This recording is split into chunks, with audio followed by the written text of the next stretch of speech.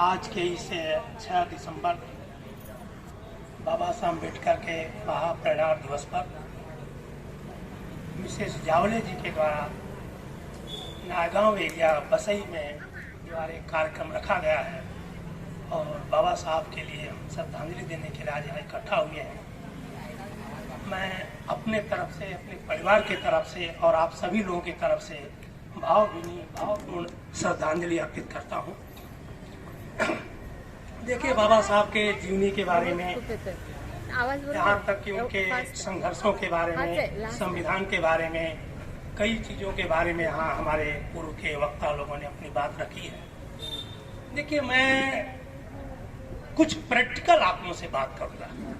सैद्धांतिक जो है, हम लोग सच कहिए तो आज इतना बड़ा दुर्भाग्य है कि आज इस नागांव में आते जाते, मैं जानता हूँ कि यहाँ आते जाते कम से कम तो कई सैकड़ों लोग होंगे जो बाबा साहब बौद्ध के और बाबा साहब के विचारों के और उसी आज के, जब फिर भी यहाँ इसलिए नहीं आते कोई हमें देख, छिपाया जा रहा है। आजकल हम बिल्डिंगों में देख रहे हैं SC ST के लोग हैं, फिर भी ऐसे बहुत ऐसे व्यवहार में ऐसे नहीं आते। मैं यूपी के यादव समाज से पैदा हुआ हूँ। मैं 1972 में हिंदू डिग्री कॉलेज जमानिया गांव के कॉलेज से BSc टॉप किया।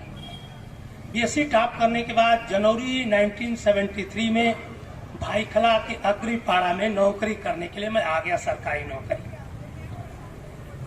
वहां नौकरी करते हुए मैं ये देखा कि चौराहों पर जय भीम लिखा हुआ था। तो मुझे उस समय लगा कि ये यहाँ के लोग, महाराष्ट्र के लोग महाभारत के भीम को इतना इज्जत क्यों देते हैं।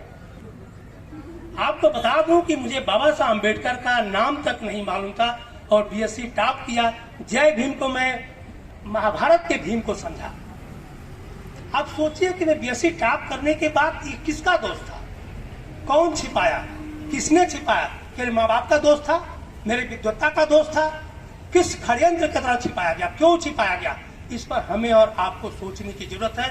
और शुरुआत से ही नहीं, आज तक छिपाया जा रहा है, आज तक षड्यंत्र किया जा रहा है। आज तक बाबा साहब को एक ऐसे समाज से कि दलित के नेता हैं, ये हैं, अंग्रेजों के दलाली करते थे, क्या क्या प्रचार हो रहा है यूट्यूब पर, गूगल पर, हर समाज में, हर परिवार में एक गलत ये भावना जो है पैदा करके आज इतने बड़े महापुरुष को जो आज हम जो है आज फॉलो नहीं कर रहे हैं, बड़ा दुर्भाग्य है।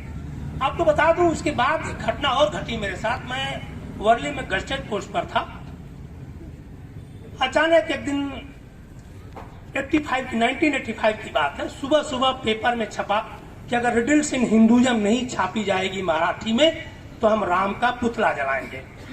ये पढ़ करके मैं बहुत व्यथित हो गया। ये कौन पागल है जो राम का पुतला जलाएगा? उस समय मैं हनुमान का भक्त था। किसी अनपढ़ गवार ज्योतिषी ने हमें कह दिया था कि आपको शनि लगता है, आप शनि लगता है तो हनुमान की पूजा करो, आपका दुख दूर हो जाएगा। और मैं कर रहा था, स्वार्थ और लालच बस के कुछ मिल जाए मिल जाए मिल जाए। उस बीच में अपने सहपाठियों से, अपने सहकर्मियों से पूछा कि भाई क्या बात है, क्या माजरा है, ये राम का पुतला क्यों जलाएंगे? लोगों ने कहा कि एक बुक है रिडल्स इन हिंदुइज्म, जो कि महाराष्ट्र सरकार जो है वो मराठी में प्रकाशित करना चाहती है। बाला साहब ठाकरे विरोध कर रहे हैं और RPI के लोगों ने काला घोड़ा पर मोर्चा निकाला था। वहां लोगों ने कहा था किताब नहीं छापी जाएगी तो मैं राम का पुतला जलाएंगे। मैं लोग किताब कहाँ मिलेगी? मुझे किसी तरह चोरी से हमारे साथियों ने दादा रिश्ते रिडल्स इन हिंदुइज्म किताब दिया, उसको पढ़ा, 2-3 बार पढ़ा, मंथन किया। मंथन करने के बाद लगा कि अब थोड़ा सा मैं जानकार हुआ। बिलीव नहीं करेंगे, उस समय जो हमारे घर में हनुमान का जो मंदिर बना था वो मुझे एकदम से खटकने लगा, उसको ले आके विसर्जन कर दिया। उसके बाद से मुझे सोचने लगा पढ़ने के बाद कि भाई भगवान क्यों चाहिए, क्यों चाहिए, नहीं चाहिए, क्या बिगाड़ लेगा, क्या बिगाड़ जाएगा? हमें मान सम्मान इज्जत प्रतिष्ठा से रहने के लिए रोटी कपड़ा और मकान चाहिए, मान सम्मान चाहिए। मैं भगवान क्यों चाहिए? इस तर्क पर मैं कहता हूं, आप लोगों को भी कहता हूं। मैं 71 साल का हो गया हूं और तब से जो है भगवान नाम के भूत से मुक्ति मिल गई है। एक बैसाखी है, वो एक हमारे साथ बैसाखी थी, जिससे एक अंधे लंगड़े को एक बैसाखी होती है ना, इसी तरह से भगवान नाम का जो भूत है ना, एक बैसाखी है। मैंने उस बैसाखी को उठा के फेंक दिया और तब से रिष्ट पुष्ट हर तरह से मैं आज संपन्न हूँ। इसलिए कह रहा हूँ कि ये बाबा साहब के महान विचारों को, इतने महान विचारक को आज हम जो जरा न आत्मसात करते हैं, न हम पढ़ते हैं, न लिखते हैं, न अनुसरण करते हैं, उनके बारे में एक निगेटिव फैक्टर, निगेटिव बातें जो है फैलाई जाती हैं और लोग उससे दूर होते रहते हैं। न कोई संविधान पढ़ता है, न बाबा साहब की लिखी किताबों को पढ़ता है, इसलिए बहुत बड़ा दुर्भाग्य है। तो मैं आप लोगों को बता रहा था कि बाबा साहब के जो हमारे देश में जो एक षड्यंत्र के रूप में चला रहा है, ये बहुत ही दुर्भाग्य है। आपको बता दूं मैं कि ये बाबा साहब ने जो संविधान लिखा है 26 जनवरी 1950, जिस दिन संविधान लिखा गया, संविधान में एक आर्टिकल है, आर्टिकल 13 कहता है कि आज के बाद, मैं 26 जनवरी 1950 के बाद जो भी हिंदू धर्म की, चाहे किसी भी धर्म की परंपरा चली आ रही है, सांस्कृतिक कार्यक्रम चले आ रहे हैं, जो भी व्यवस्थाएं चली आ रही हैं, जो ऊंच नीच भेदभाव छुआछूत के व्यवहार से चल रही हैं, वो ध्वस्त कर दी जाती है।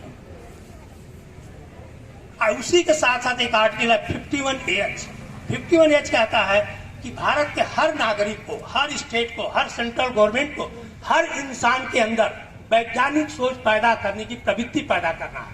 आप बताइए क्या हो रहा है, कौन कर रहा है?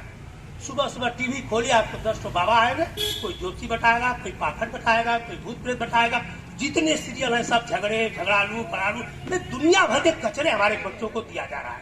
वैज्ञानिक सोच कोई दे रहा है? संविधान लागू है किसी तरह से? अगर संविधान की बात करें, संविधान लागू हो जाए तो करें ऊंच नीच छुआछूत भेदभाव से ही हिंदू धर्म का ब्राह्मण शादी कराता है। अगर संविधान लागू हो तो ब्राह्मण शादी नहीं करा सकता, अपराध घोषित हो जाएगा।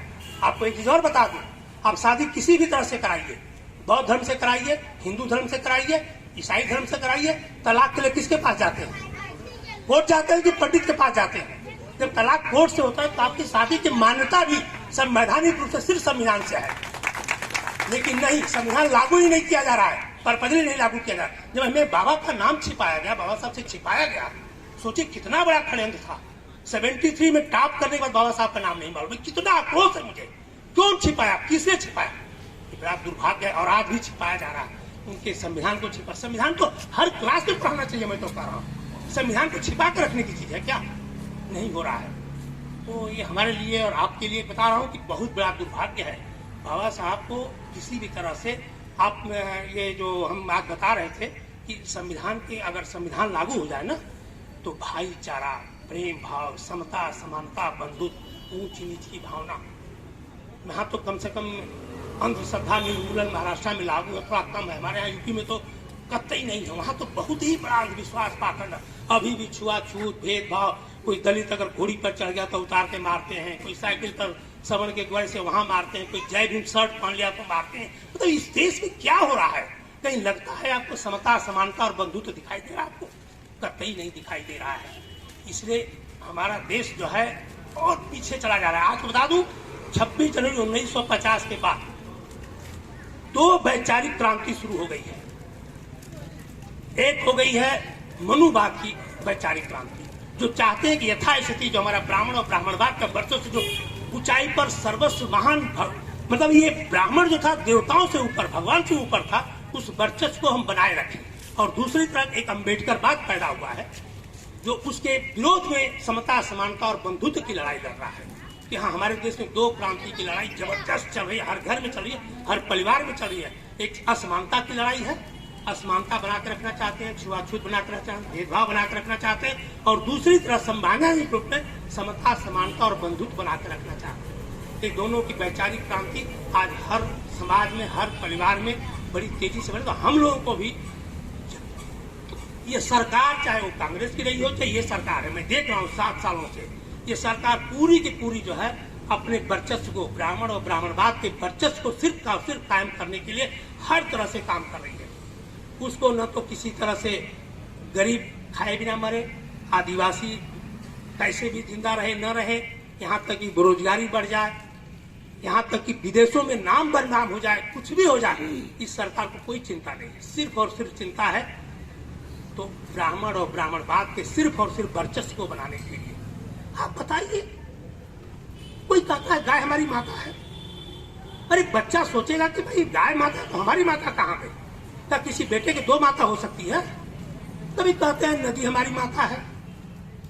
दुनिया भर के इतने इतने पाखंड पढ़ाए जाते हैं। कोई कहता है कि हनुमान सूर्य को निगल गए, कोई खीर से पैदा हो गया, कोई पसीने से पैदा हो गया, आपके गणेश जी मैल से पैदा हो गए थे और यही लोग मना रहे हैं। हम तो सोचता है कि ऐसे ऐसे लिखावट ऐसे पढ़ करके दिमाग का लगता है गांजा पी के भांग पी के सब लिखते चले गए और हम लोग जो उसको पालते आ रहे हैं। अरे कुछ तो तर्क करो, कैसे लिखा, क्यों लिखा, आज हो रहा है कि नहीं हो रहा है? कोई खीर से पैदा हो रहा है, कोई मैल से पैदा हो रहा है, कोई कान से पैदा हो रहा है, कोई मुख से पैदा हो रहा है?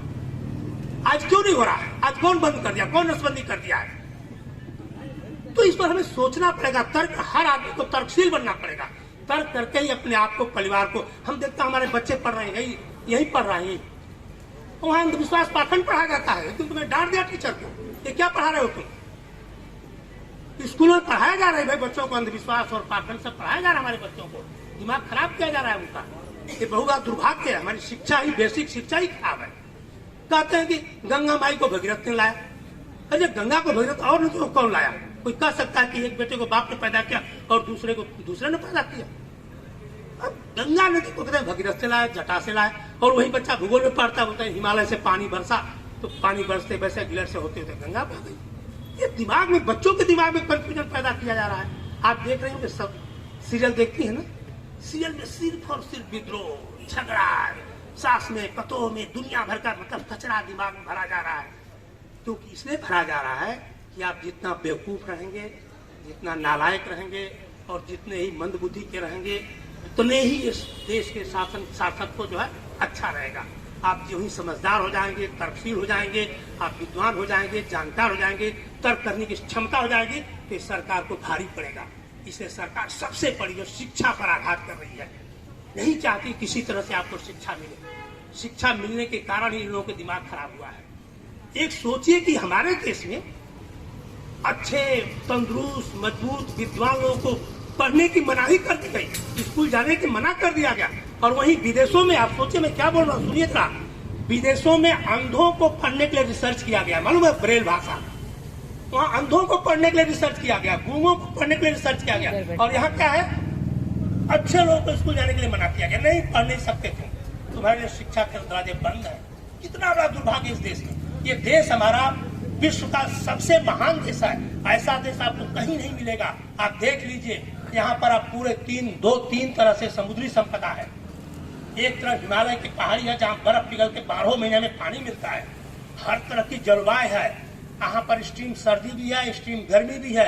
यहाँ साउथ अफ्रीका भी है साउथ में, और आप चले जाइए कश्मीर तो आपका यूरोप भी है।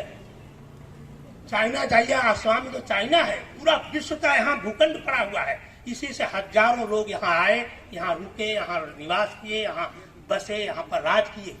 ऐसा देश कहीं नहीं है। लेकिन इतने मूर्ख और इतने दयनीय बुद्धि वाले विश्व में कहीं नहीं है। विश्व का सबसे अच्छा देश है, सबसे खुशहाल देश है, लेकिन सबसे खराब बुद्धि वाले लोग यही रहते हैं, जो किसी को भी कुछ भी समझ नहीं आता, कुछ भी मानते हैं, कुछ भी जानते हैं, और बिना करके हमें कहते जा रहे हैं, जबरदस्ती कहते नहीं तुम मानो। ये भी बात है, बहुत बड़ा दुर्भाग्य है। तो मैं सोचता हूँ कि कुछ ज्यादा ही बोल दिया। तो मैं यही चाहूंगा कि भाई आप लोग भी जरा थोड़ा इस विषय पर सोचिए। एक चीज और है, बता दूं आपसे कि एक स्लोगन देखता हूँ, लोगों ने बहुत जगह लिखा हुआ रहता है, शिक्षित बनो। अब तो शिक्षित बनो, संघर्ष करो, संगठित रहो। बाबा साहब ने शिक्षित बनो कभी नहीं कहा। शिक्षित, बाबा साहब ने अंग्रेजी में कोटेशन दिया है। हमने हर बोर्ड पर, हर जगह देख रहा हूँ, सब लोग लिखते हैं शिक्षित बनो। शिक्षित बनो नहीं है, बाबा साहब ने कहा है एजुकेट। एजुकेट का मतलब बी एजुकेटेड नहीं कहा, शिक्षित करो। बाबा साहब ने कहा शिक्षित करो, शिक्षित बनो नहीं। आजकल सब लोग शिक्षित बन के अपने परिवार संभाल रहे हैं। शिक्षित करो का मतलब पहले शिक्षित बनोगे तो शिक्षित आप करोगे, उसके बहुत बड़ी थीसिस है। लेकिन बाबा साहब के स्लोगन को भी मैं देखता हूँ, पता नहीं कौन और किस मानसिकता से उनके स्लोगन को भी बिगाड़ दिया है। उन्होंने कहीं न कहीं घुस करके हमारे और आपके अंदर इस पूरे जो है संविधान को, चाहे संवैधानिक ढांचा को, चाहे समता, समानता, बंधुत्व के इस समाज को जो है एकदम गलत रास्ते पर लिया जा रहा है। तो मैं आप सभी से एक बार फिर जो आज के बाबा साहब के श्रद्धांजलि अर्पित करते हुए आप सभी को शुभकामना। जय हिंद।